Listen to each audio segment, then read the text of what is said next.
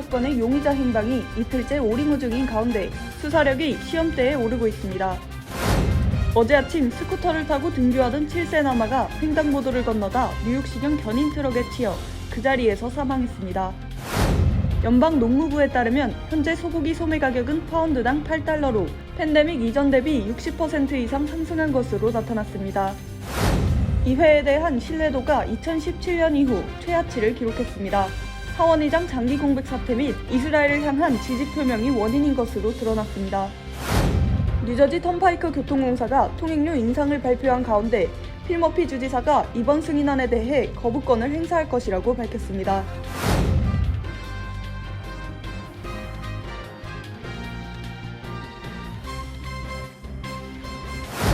김밥 열풍에 이어 트레이더조에서 판매하는 한국 전통 길거리 음식인 호떡이 인기를 끌고 있습니다.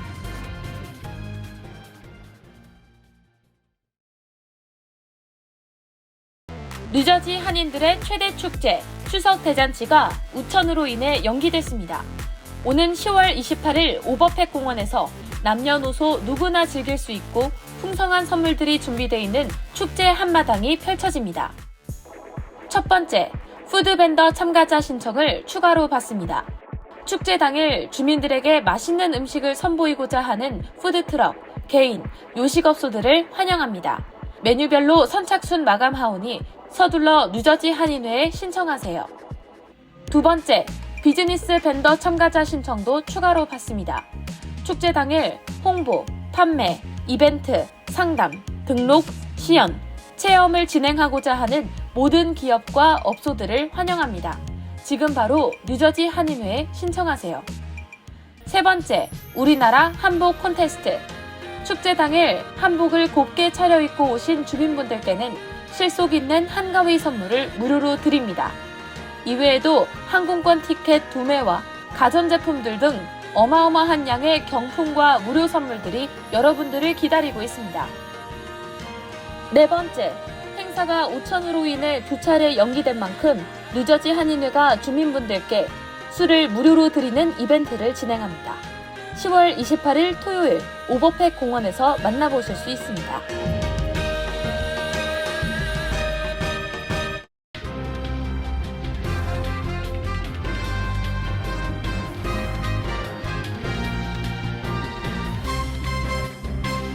여러분 안녕하십니까? KBTV 뉴스9 이창원입니다. 메인주에서 발생한 총기 난사 사건으로 18명이 사망하고 13명이 부상을 입은 가운데 총격범의 행방이 이틀째 오리무중입니다. FBI와 US 마셜, 메인주 경찰은 물론 버스턴, 뉴욕 경찰까지 대거 투입된 상황에서 수사력이 시험대에 오르고 있습니다. 여전히 사건 발생 지역에는 대피령이 내려진 상태로 상점 및 학교 역시 폐쇄됐습니다. 첫 번째 소식 김승주 기자가 전해드립니다.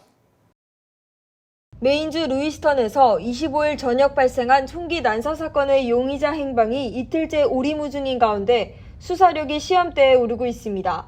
18명이 숨지고 13명이 부상을 당한 이번 사건의 용의자 40세 백인 남성 로버트 카드를 체포하기 위해 현재 FBI, US 마셜, 연방 폭발물 단속국뿐만 아니라 메인주와 보스턴, 뉴욕주 경찰 인력까지 급파된 상황입니다. 총격범 카드가 거주하던 자택 근처 도로는 경찰국의 장갑차가 줄을 서 있는 상태며 경찰견, 드론, 헬리콥터 등 모든 장비가 투입됐으며 현재 경찰은 그가 사용하던 핸드폰과 편지, 메모 등을 확보한 상태입니다. 메인주 경찰국은 용의자의 흰색 SUV 차량이 인근 도시 리스폰에서 발견됐다며 사건 발생 지점으로부터 반경 50마일까지 지역 주민들의 외출을 금지하는 대피령을 내린 상태입니다. 인근 상점 및 학교도 모두 폐쇄됐습니다. 범행에 사용된 카드의 차량이 루이스턴에서 약 9마일 떨어진 리스본에서 발견되면서 경찰과 FBI 요원들은 용의자가 배를 타고 탈출했을 가능성도 염두에 두고 수색 범위를 강으로도 넓히고 있습니다. 버려진 차량 인근 안드로스코긴 강을 따라 잠수부를 투입하는 것은 물론 수중 음파 탐지기를 사용해 강에서도 수색을 이어가고 있습니다. 총격범 카드의 측근에 따르면 카드가 오래 교제해온 여자친구와 최근 헤어졌으며 범행을 저지른 볼링장 역시 두 사람이 평소 자주 가던 곳이었던 것으로 파악됩니다. 총격범 카드는 육군 예비역 출신으로 부대 내 최고 명사수였던 것으로 드러났습니다. 총격 당시 볼링장에서는 어린이 볼링 수업이 진행 중이었던 터라 가족 단위 고객이 많았으며 한 70대 볼링 수업 코치는 총격 당시 아이들을 지키기 위해 온몸으로 총탄을 막았던 것으로 드러나 더욱 안타까움을 안겨주고 있습니다. 이번 총기 난사에 사용된 AR-15에 대한 규제 목소리가 또다시 거세지고 있는 가운데 사건이 발생한 메인주는 2020년 기준 전체 성인의 약 50%가 총기를 소유하고 있으며 타주에 비해 총기 규제가 비교적 약한 편에 속해 총기 구입 및 소지 시 별다른 허가를 요구하지 않고 있습니다. KBTV 뉴스 김승주입니다. 어제 아침 뉴욕 브루클린에서 등교하던 7세 남아가 횡단보도를 건너던 중 뉴욕시경 견인 트럭에 치여 그 자리에서 사망하는 사고가 발생했습니다. 목격자들은 당시 견인 트럭 운전자가 과속은 물론 핸드폰을 사용 중이었으며 빨간 신호를 무시한 채 질주했다고 증언했습니다. 특히 등교길에 발생한 사고를 목격한 많은 학생들이 충격에 휩싸였습니다. 보도에 정지영 기자입니다. 어제 아침 스쿠터를 타고 등교하던 7세 남아가 횡단보도를 건너다가 뉴욕시경 견인 트럭에 치여 그 자리에서 사망하는 안타까운 일이 발생했습니다. 뉴욕시경 견인 트럭 운전기사는 즉시 체포됐습니다. 어제 아침 어머니와 함께 등교하던 7세 남아 커마리 햄튼이 브루클린 교차로 횡단보도에서 견인차에 치여 사망했습니다. 당시 현장 CCTV에는 햄튼이 스쿠터를 타고 엄마와 함께 학교에 가고 있는 모습이 포착됐습니다. 사고를 낸 견인차 운전기사 54세 여성 스테파니 샤프는 보행자에게 양보하지 않은 등 부주의 운전에 대한 혐의로 기소됐습니다.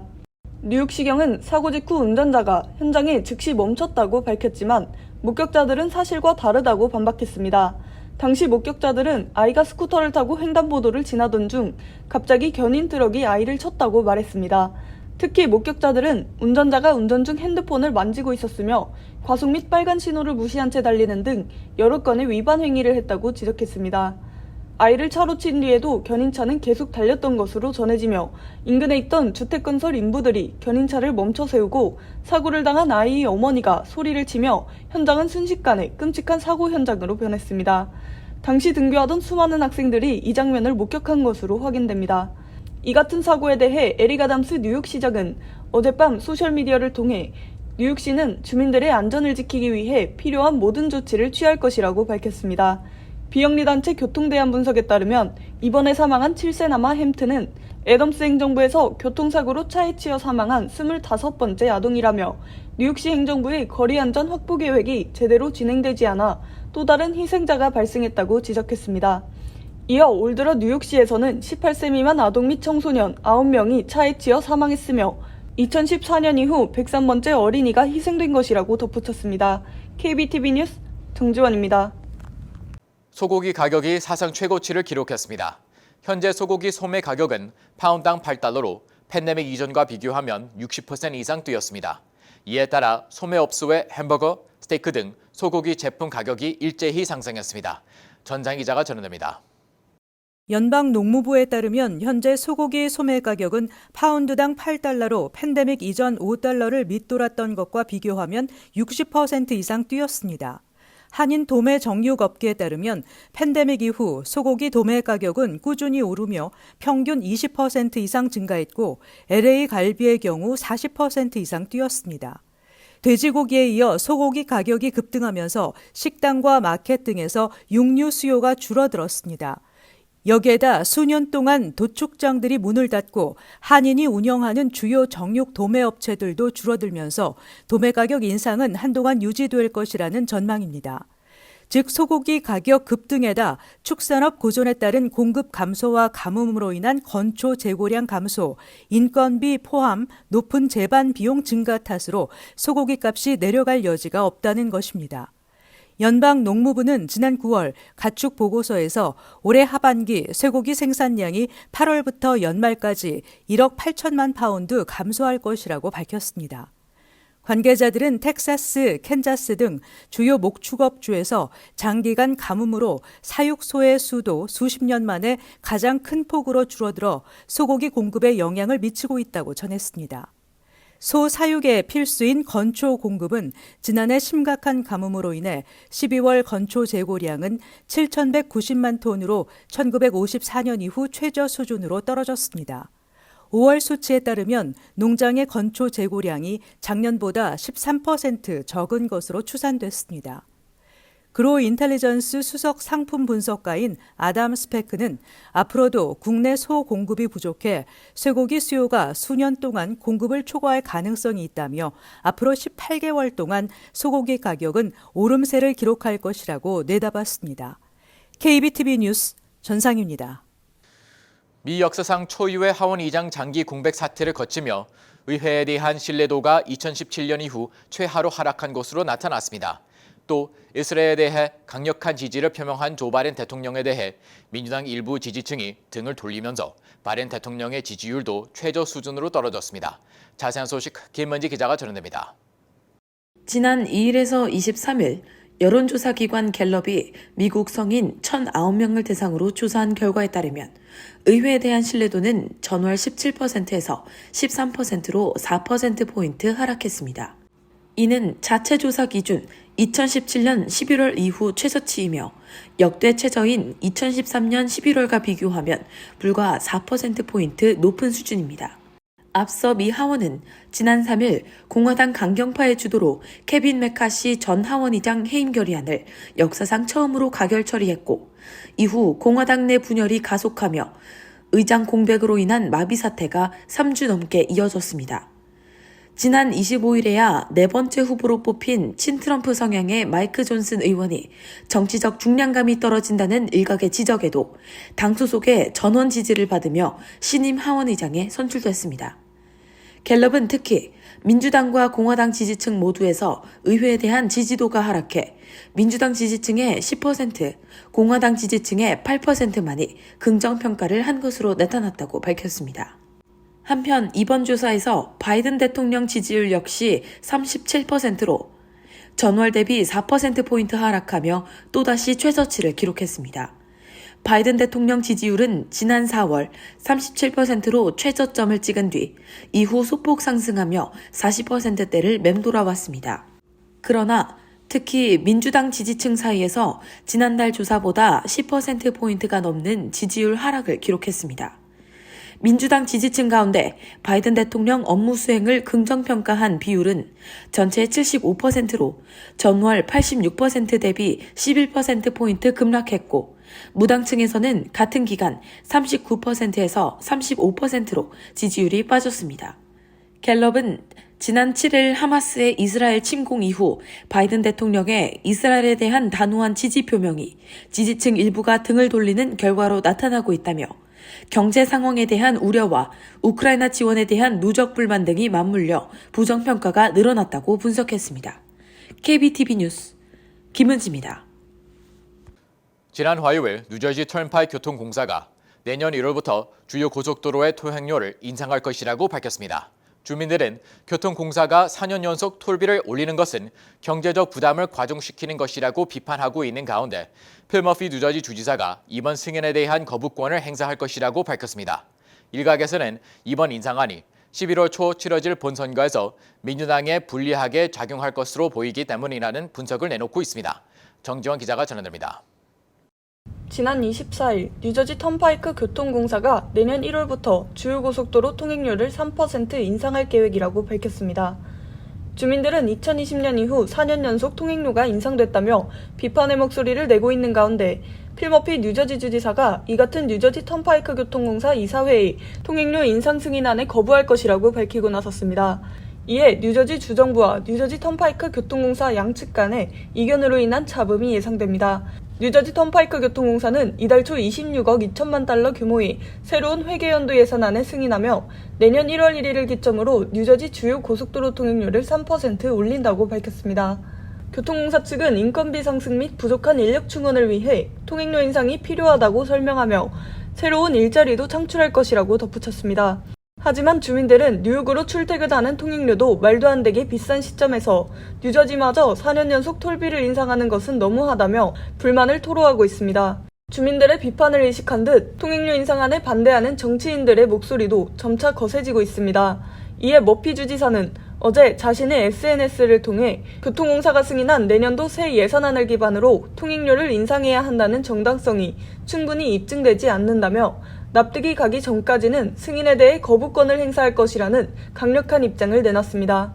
특히 닉 스쿠타리 민주당 상원의장을 포함해 그렉 코글린 하원의장, 공화당 앤서니 부코 상원의장 등 정치 핵심 리더들이 머피 주지사에게 인플레이션으로 고통을 겪고 있는 주민들에게 4년 연속 통행료 인상이라는 부담을 짊어지게 해서는 안 된다며 거부권 행사를 촉구하는 서한을 보낸 것으로 확인됐습니다. 특히 뉴저지의 본선거가 2주도 채 남지 않은 시점에서 이 같은 인상안을 발표하는 것은 민주당에 불리한 결과를 불러올 수 있다는 민주당 중진들의 지적도 영향을 미친 것으로 보입니다. KBTV 뉴스 정지환입니다. 지난 5월 허위 경력 및 사기, 선거법 위반 등 13개 혐의로 체포됐던 조지 샌토스 뉴욕 3선거구 연방 하원의원에게 선거 자금 사기 등 새롭게 10개 혐의가 추가된 가운데 오늘 샌토스 의원이 렁안의 서프 카운티 법원에 출석했습니다. 그는 지난 5월과 동일하게 이번에도 자신에게 적용된 모든 혐의에 대해 전면 무죄를 주장했습니다. 보도에 김승주 기자입니다. 선거자금 사기 등 추가로 10개 혐의를 적용받고 있는 뉴욕 3선거구 공화당 조지 산토스 연방하원이 오늘 법정에 출두했습니다. 그는 롱아일랜드 서포 카운티 법원에 출석해 자신에게 적용된 10개 혐의에 대해 전면 무죄를 주장했습니다. 이달 중순 뉴욕 동부지검으로부터 선거자금 사기 등 10개의 혐의를 추가로 적용받았습니다. 동부지검은 그가 허위 진술뿐 아니라 정치 후원자들의 카드를 무단으로 도용했다고 지적하고 있습니다. 그는 지난 선거에서 캠페인 재무 담당자 낸시 마스크와 공모해 기부자들의 신분을 도용하고 기부자들의 동의 없이 신용카드로 후원금을 청구한 뒤 연방선거관리위원회에 허위 자료를 제출한 혐의를 받고 있습니다. 이미 재무 담당자 마크스가 유죄를 인정한 가운데 당사자인 산토스 의원만 유죄를 인정하지 않고 무죄를 주장하고 있는 것입니다. 법원 측에서 산토스 의원에 대한 다음 공판일을 내년 9월 9일로 정한 데에 대해 검찰은 이는 공익과 관련된 문제라며 신속한 재판을 요청 중인 상태입니다. 브레온 피스 뉴욕 동부지검 연방검사는 성명을 통해 산토스 의원이 기부자들의 신원을 도용해 신용카드를 무단으로 청구했다고 지적하며 이는 자신의 경력을 조작한 데에 더해 유권자를 기만한 행위로 기소당해 마땅하다고 지적했습니다. 검찰은 현재 그가 거짓말을 하고 있다고 비난하고 있습니다. 산토스 의원은 이번에 추가된 10건의 혐의 외에도 이미 지난 5월 사기 및 위조, 선거법 위반 등 13건의 혐의로 검찰에 기소돼 현재는 총 23건의 혐의가 적용된 상태입니다. 산토스 의원은 지난 5월 경력 위조, 사기 및 돈 세탁 등 13개의 혐의로 체포됐다가 50만 달러의 보석금을 내고 석방됐으며 현재 하원 윤리조사위원회의 징계 절차를 밟고 있습니다. 하지만 산토스 의원은 무죄 주장뿐 아니라 내년 재선에 출마할 것이라는 의사도 밝혔습니다. 그가 활동하는 뉴욕 3선거구는 전통적인 민주당 텃밭으로 여겨지지만 톰 수오지 전 의원이 3선거구에서 3선에 성공한 후 뉴욕 주지사 선거 출마를 위해 의원직을 내려놓은 바 있습니다. 산토스 의원의 재선 출마 소식에 수오지 전 의원은 2024년 뉴욕 3선거구 연방 하원의원 선거에 출마해 4선 도전에 나설 계획이라고 밝혔습니다. 산토스 의원을 통해 의석수를 유지하기 위해 징계 절차를 오래 끌고 있는 것 아니냐는 지적도 나오며 공화당 징계위원회의 처리 방식에 대한 비판도 높은 상황입니다. KBTV 뉴스 김승주입니다. 식료품점 최려조에서 최근 냉동 김밥 열풍이 분대에 이어 이번에는 한국식 호떡이 주목을 받고 있습니다. 갈수록 한국식 식료품에 대한 해외 네티즌들의 인기가 점점 커져가는 모습인데요. 계속해서 김승주 기자가 전해드립니다. 26일 음식 전문 매체 ET&T는 트레이더조에서 판매하는 한국 전통 길거리 음식인 호떡이 김밥에 이어 인기 상품으로 주목받고 있다고 보도했습니다. 호떡의 인기는 북미 최대 커뮤니티 사이트인 레딧에서 시작됐습니다. 호떡의 맛을 본 한 레딧 사용자는 10점 만점에 10점이라며 동나기 전에 많이 사놔야겠다는 내용을 공유했고 또 다른 사용자는 너무 맛있어서 3팩을 샀다고 전했습니다. 한 한인 사용자 역시 한국인으로서 인정한다고 전하며 커뮤니티 사용자들의 관심을 끌기 시작했습니다. 매체는 쌀쌀해지는 가운데 한국의 겨울 대표 길거리 음식인 호떡이 트레이더조에 출시됐다며 간편하게 먹을 수 있는 달콤한 간식으로 추천하고 있습니다. 트레이더조는 호떡을 시나몬 설탕이 들어있는 쫄깃하고 얇은 팬케이크라고 설명하며 간편한 아침으로 제격이라고 평가했습니다. 또 바닐라 아이스크림과 곁들여 먹으면 간식으로도 안성맞춤이라고 전했습니다. 한편 지난 8월 트레이더조는 한국에서 수입한 냉동김밥 판매를 시작함과 동시에 폭발적인 인기를 끌어 이후 전국 42개 주 560여 개 매장에서 2주 만에 품절 사태를 빚은 바 있습니다. 냉동김밥의 추가 입고는 오는 11월로 알려졌습니다. KBTV 뉴스 김승주입니다. 뉴저지 추석맞이 대잔치가 28일 리치필드팍 뉴 오버팩 공원에서 성대하게 펼쳐집니다. 이번 행사는 당초 9월 30일 열릴 예정이었으나 악천후로 2차례 연기된 바 있습니다. 뉴저지 한인회는 마침내 추석맞이 대잔치가 열리게 돼 기쁘다며 화창한 가을 날씨 속 열리게 되는 풍성한 한가위 축제에 많은 한인들이 함께하기를 바란다고 26일 밝혔습니다. 올해 뉴저지 추석잔치는 한복 콘테스트, 씨름대회, 전통놀이, 동포노래자랑과 K-팝 댄스대회 등 주민들과 함께하는 행사들로 꾸며질 계획입니다. 동포노래자랑 수상자에게는 한국행 항공권과 안마의자, 청소기 등의 푸짐한 상품들이 수여되며 K-팝 댄스대회에는 총 1만 달러의 상금이 걸렸습니다. 아울러 뉴욕과 뉴저지에 진출한 한국 기업들이 후원하는 경품과 무료 선물이 행사 방문객들에게 제공됩니다. 귀넷 카운티 릴번에서 지난달 24일 밤에 실종된 것으로 알려진 한인 장복자 씨가 실종 한 달 만에 시신으로 발견됐다고 경찰이 발표했습니다. 귀넷 경찰에 따르면 24일 오전 11시경 스넬빌에서 사람이 죽어 있다는 신고를 받고 출동해 한 가게의 뒤편에서 장 씨의 시신을 수습했습니다. 카운티 검시관은 시신의 신원이 장복자 씨인 것으로 확인됐으며 시신에서 범죄의 흔적은 발견되지 않았습니다. 장 씨는 아틀랜타 한인교회 교인으로 매주 이 교회의 노인대학인 샬롬대학에 출석했던 것으로 알려졌습니다. 교회 관계자에 따르면 장 씨는 가벼운 치매 증상을 앓고 있었습니다. 맨하탄 연방법원의 존 피 크로난 판사가 24일 뉴욕시의 총기 규제 조항에 대해 위헌 판결을 내린 것으로 총기 면허 신청자들은 이달 27일부터 자신의 좋은 도덕성을 입증하지 않아도 됩니다. 크로난 판사는 판결문을 통해 총기 면허를 담당하고 있는 시 공무원들에게 이처럼 모호하고 제약 없는 판단의 재량권을 준 것은 수정헌법 2조와 14조를 모두 위반한 것이라고 밝혔습니다. 이번 소송은 브루클린 거주 조셉 스루어가 2019년 이전 체포됐던 기록과 나쁜 운전 이력, 허위 진술 추정 등을 이유로 총기 면허를 받지 못했다며 지난해 제기했습니다. 법원의 이날 판결에 따라 뉴욕시는 발효일 전인 26일까지 항소할 수 있습니다. 121년간 미국 뉴욕을 대표하는 건축물 중 하나로 꼽혔던 플랫아이언 빌딩이 고급 아파트로 리모델링됩니다. 뉴욕 맨해튼의 중심 지역에 위치한 이 건물은 지난 1902년 완공됐습니다. 뉴욕을 남북으로 가로지르는 5번가와 브로드웨이가 대각선으로 교차하는 직각 삼각형 모양이 대지에 맞춰 건설된 탓에 독특한 형태를 띠게 되었습니다. 건물주 측은 22층인 이 건물을 40가구가 사용하는 고급 아파트로 리모델링할 예정입니다. 리모델링 공사는 뉴욕시의 허가에 걸리는 시간을 포함해 약 3년이 소요될 것으로 예상됩니다. 앞서 에릭 애덤스 뉴욕시장은 사무용 건물인 플랫아이언 빌딩을 아파트로 리모델링하는 방안에 대해 찬성 입장을 밝혔습니다. 플랫아이언 빌딩은 엠파이어 스테이트 빌딩, 크라이어슬러 빌딩과 함께 맨해튼을 대표하는 사무용 건물이었지만 2019년 이후 세입자를 찾지 못해 공실이었습니다. 잠시 후 커뮤니티 브리핑을 전해드립니다.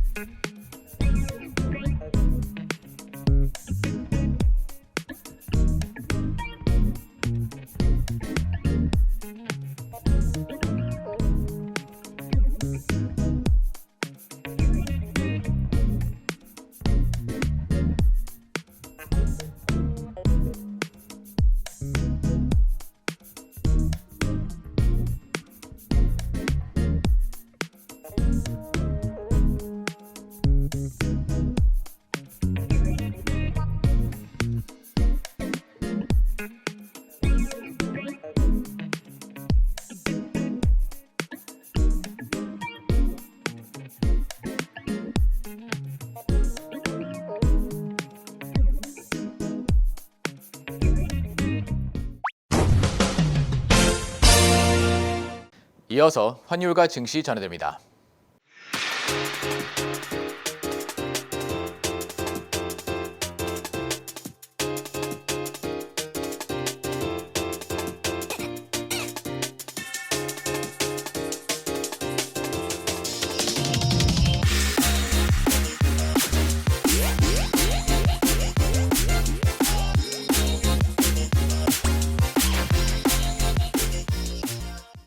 잠시 후 뉴욕과 뉴저지 날씨 전해드립니다.